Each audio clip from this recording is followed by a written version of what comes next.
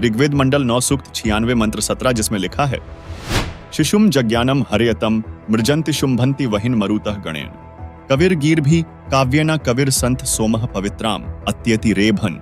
अनुवाद, पूर्ण परमात्मा मनुष्य के विलक्षण बच्चे के रूप में जानबूझकर प्रकट होता है तथा अपने तत्वज्ञान को उस समय निर्मलता के साथ उच्चारण करता है। प्रभु प्राप्ति की लगी विरह अग्नि वाले भक्त समूह के लिए कविताओं द्वारा कवित्व से अत्यधिक निर्मलता के साथ कविर वाणी अर्थात कबीर वाणी द्वारा ऊंचे स्वर से संबोधन करके बोलता हुआ वर्णन करता वह अमर पुरुष अर्थात सतपुरुष ही संत अर्थात ऋषि रूप में स्वयं कबीरदेव ही होता है। परंतु उस परमात्मा को न पहचान कर कवि कहने लग जाते हैं, परंतु वह पूर्ण परमात्मा ही होता है। उसका वास्तविक नाम कबीरदेव है।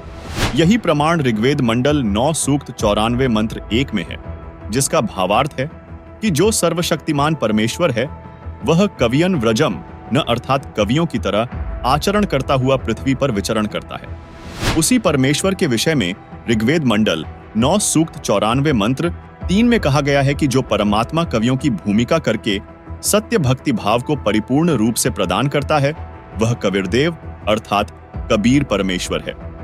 उसके समान कोई भी शूरवीर नहीं है। सर्व ब्रह्मांडों के प्रभुओं में उसकी शक्ति अर्थात समर्थता का यश है।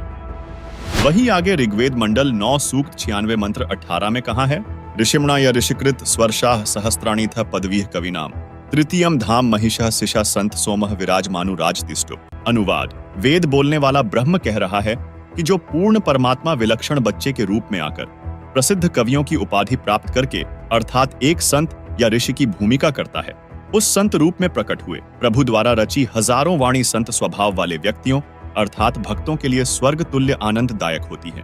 वह अमर पुरुष अर्थात सतपुरुष तीसरे मुक्तिलोक अर्थात सतलोक की सुदृढ़ पृथ्वी को स्थापित करने के पश्चात मानव सदृश संत रूप में गुबंद अर्थात गुंबज में उच्च टिल्ले जैसे सिंहासन पर उज्जवल स्थूल आकार में अर्थात मानव सदृश तेजोमय शरीर में विराजमान है, यानी वहां राजा के समान बैठा है। वीडियो को पूरा देखने के लिए फैक्टफुल डिबेट्स यूट्यूब चैनल पर विजिट करें।